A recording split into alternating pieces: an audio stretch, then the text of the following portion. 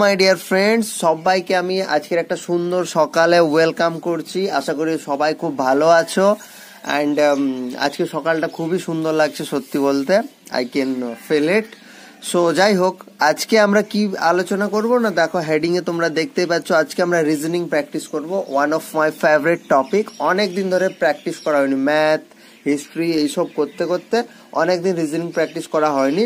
তো ভাবলাম আজকে একটু রিজনিং প্র্যাকটিস করে নিই। দেখো, এই যে আমি প্রশ্নগুলো নিয়েছি প্রত্যেকটা টপিক থেকে।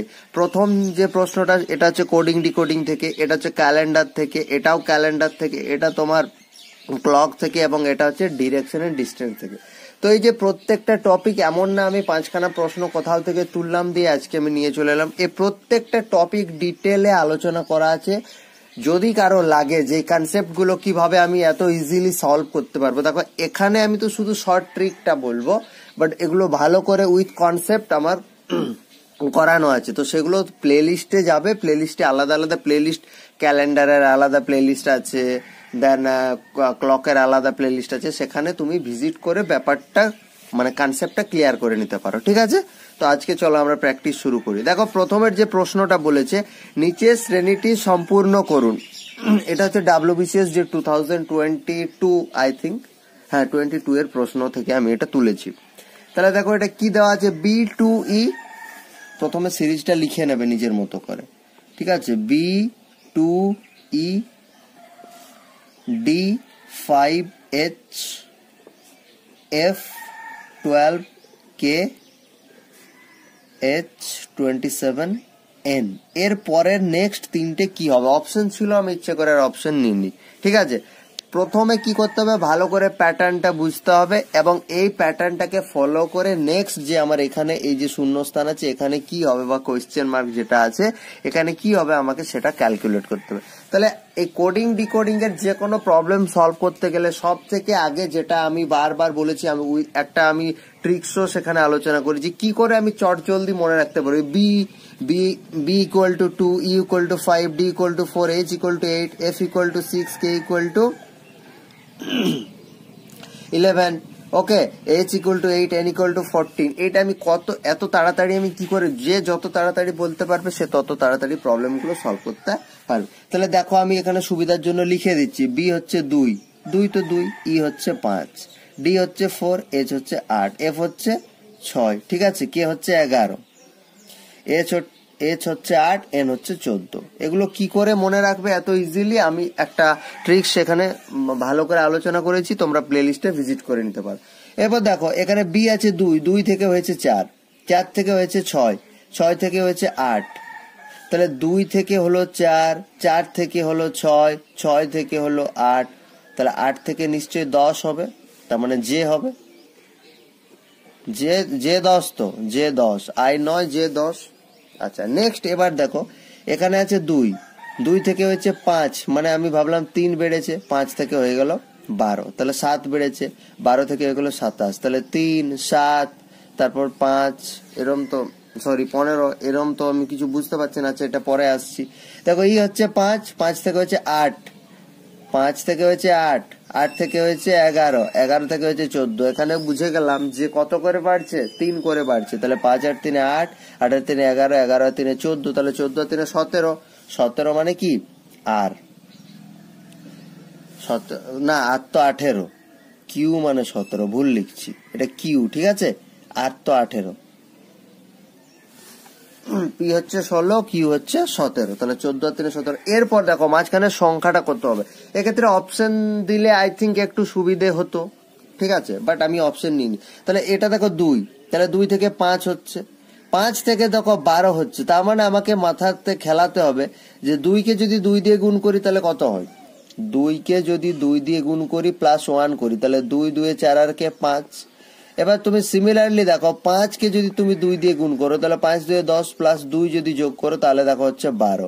সিমিলারলি 12 কে যদি তুমি 2 দিয়ে গুণ করো তাহলে 12 দুগুণে 24 প্লাস 3 যোগ করো তাহলে হচ্ছে 27। তার মানে ট্রিক্সটা কি হচ্ছে, ট্রিক্সটা হচ্ছে তুমি 2 দিয়ে গুণ করে প্রথমে 1 যোগ করলে, তারপর 2 দিয়ে গুণ করে তার সাথে 2 যোগ করলে, তারপর 2 দিয়ে গুণ করে 3 যোগ করলে, তাহলে নিশ্চয়ই আমি এখানে যে 27 এসছে 27-এর সাথে আমি 2 দিয়ে যোগ করে 2 গুণ করে আমি 3 এর পর 4 যোগ করব, তাহলে 27 দুগুণে কত? 27-এর সাথে যদি 2 গুণ করি তাহলে 27 দুগুণে হচ্ছে 54, 54। 54-এর সাথে আমি এখানে 1 যোগ হলো, এখানে 2, এখানে 3, তাহলে এরপর আমি 4 যোগ করব, তাহলে 54 প্লাস 4 ইকুয়াল টু 58। তার মানে হচ্ছে যে তোমার অ্যাকচুয়াল আনসার হচ্ছে যে 58 কিউব, এটা হচ্ছে অ্যাকচুয়াল আনসার। বোঝাতে পারলাম? এভাবে আস্তে আস্তে আস্তে আস্তে প্রবলেমগুলো সলভ করতে হবে। দেখো এগুলো যত তুমি প্র্যাকটিস করবে তত তুমি এগুলোতে দক্ষ হয়ে উঠবে, এ বিষয়ে কোনো সন্দেহ নাই। দেখো তারপরে ক্যালেন্ডারের প্রশ্ন বলেছে ইয়েস্টারডে ওয়াজ সানডে। আমি এই টাইপের প্রশ্ন সবসময় আমি এরকম ছক করে করতে বলেছিলাম, ঠিক আছে? তাহলে ইয়েস্টারডে ওয়াজ সানডে, তাহলে ইয়েস্টারডে যদি সানডে হয়, এইটা ধরে নাও ইয়েস্টারডে, তাহলে ইয়েস্টারডে যদি সানডে হয় তাহলে আজকে কি হবে গো? আজকে হবে মানডে। সানডের পর মানডে হলো, এটা ইয়েস্টারডে ছিল সানডে, আজকে হলো মানডে। ডিটারমাইন দা 131st ডে আফটার টুমোরো। আজকের থেকে বলেনি, আগামীকালের পর থেকে। তাহলে আজকে যদি মানডে হয় তাহলে আগামীকাল কি হবে? টুয়েসডে হবে। তাহলে টুয়েসডে পর 131 কি বলেছিলাম? যতদিন পর বলবে সেটাকে 7 দিয়ে ভাগ করবে। তাহলে 7 কে 7, 6, 61, 7 8 56। তাহলে ভাগশেষ কত থাকছে? 6 আর 5, 5 ভাগশেষ থাকছে। তাহলে আমরা কি বলেছিলাম? যে দিনটা থেকে চাইবে তার থেকে ভাগশেষ যেটা হবে 5 দিন সামনে গেলেই হবে। তাহলে মানডের পর টুয়েসডে হয়, তাহলে Wednesday, Thursday, Friday, Saturday, Sunday. তাহলে সানডে হচ্ছে তোমার সঠিক উত্তর। ঠিক আছে? কি করবে? আজ এত হলে, আজ এই বার হলে এতদিন পর কি বার হবে, তুমি জাস্ট ওই যতদিন পর বলবে সেটাকে 7 দিয়ে ভাগ করবে, তারপর যে ভাগশেষটা থাকছে এবার যেখান থেকে চাইবে, যদি আজ থেকে চাই তাহলে আজ থেকে ক্যালকুলেট করবে, যদি টুমোরো থেকে চাই তাহলে টুমোরো থেকে ক্যালকুলেট করবে, যদি ইয়েস্টারডে থেকে চাই তাহলে ইয়েস্টারডে থেকে ক্যালকুলেট করবে। ঠিক আছে? এটার উত্তর হচ্ছে সানডে। নেক্সট, 2018 সালের ক্যালেন্ডারটি আবার কবে রিপিট হবে? এটা আমার ইউটিউব চ্যানেলের ফার্স্ট ভিডিও ছিল এই টপিকটা। ঠিক আছে? ফার্স্ট এই টপিকটার উপর আমি ইউটিউবে ভিডিও বানিয়েছিলাম, one of my favourite topic. আমি কি বলেছিলাম যে ক্যালেন্ডার রিপিটেশনের ব্যাপারে যখনই চাইবে তুমি কি করবে, তুমি 2018 যদি কোনো শতাব্দী বছর না হয়, যদি কোনো সেঞ্চুরি ইয়ার হয়, যেমন ধরো 1600, 1700, তখন সেটাকে তুমি 400 দিয়ে ভাগ করবে। আর যদি শতাব্দী ইয়ার না হয়, সিম্পল কোনো ইয়ার হয়, সেটাকে তুমি 4 দিয়ে ভাগ করবে। তাহলে 4 5 20 মিলে গেল, 18 পড়ে রইলো, তাহলে 4 4 16। তাহলে আমি কি বলেছিলাম? ভাগশেষ কত কত, যেহেতু 4 দিয়ে ভাগ করছি তাহলে ভাগশেষ 0 হতে পারে, 1 হতে পারে, 2 হতে পারে, 3 হতে পারে। 3-এর বেশি আর ভাগশেষ হবে না, কারণ 4 দিয়ে ভাগ করছি। তাহলে আমি বলেছিলাম যদি 0 ভাগশেষ থাকে তাহলে প্রশ্নে যে বছরটা দেওয়া থাকে তার সাথে 28 যোগ করবে, যদি 1 ভাগশেষ থাকে তাহলে 6 যোগ করবে, আর যদি 2 আর 3 ভাগশেষ থাকে তাহলে 11 যোগ করবে। তাহলেই তুমি ইজিলি রিপিটেশন ইয়ারটা পেয়ে যাবে। যদি এগুলো আরো ডিটেলে বুঝতে চাও প্লেলিস্টে যাবে, প্লেলিস্টের থেকে এগুলো জেনে নেবে। তাহলে দেখো এখানে আমার ভাগশেষ কত আছে? এখানে ভাগশেষ 2 আছে, তাহলে 2 মানে 11। তার মানে আমি 2018 যেটা আমার প্রশ্নে দেওয়া আছে তার সাথে 11 যোগ করে নেব, তার মানে 2029। ঠিক আছে? তার মানে 2018 সালের ক্যালেন্ডারটা 2029 সালে আবার রিপিট হবে। রিপিট হবে মানে কি? যে ডেটে যে বারগুলো ছিল সেম সেম থাকবে। তার মানে এই কথাটা অন্যভাবে যদি বলি, প্রশ্নে এরকমও দিতে পারে যে যদি তোমার বাড়িতে 2018 সালের ক্যালেন্ডার থাকে তাহলে আর কোন বছরের ক্যালেন্ডার তোমাকে কেনার দরকার নেই, মানে ওই 18 ক্যালেন্ডার দিয়ে ওই বছরটা তোমার চলে যাবে। ঠিক আছে? এরকমও থাকতে পারে, বলে রাখলাম। চলো নেক্সট হচ্ছে ডিরেকশন এন্ড ডিস্টেন্সের প্রশ্ন। ঠিক আছে? আমি ডিরেকশন এন্ড ডিস্টেন্স করানোর সময় কি বলেছিলাম, প্রশ্নটা যেমন যেমন পড়বে তুমি আগে এই ছকটা তৈরি করতে থাকবে। তারা বলেছে দেখো, a man drives his car 50 kilometre toward east. তাহলে এই হচ্ছে তোমার ঘর, এই হচ্ছে তোমার ঘর। ঠিক আছে? তাহলে ইস্টের দিকে 50, ইস্টের দিকে 50 কিলোমিটার গেল লোকটা, তাহলে ধরে নাও এইটা হচ্ছে 50 কিলোমিটার। দেন কি বলছে, he turn right went for 30 kilometre. এখান থেকে রাইট, এখান থেকে যদি ডান দিকে যায় তাহলে এদিকে হবে, তাহলে এইটা ধরে নাও 30 কিলোমিটার।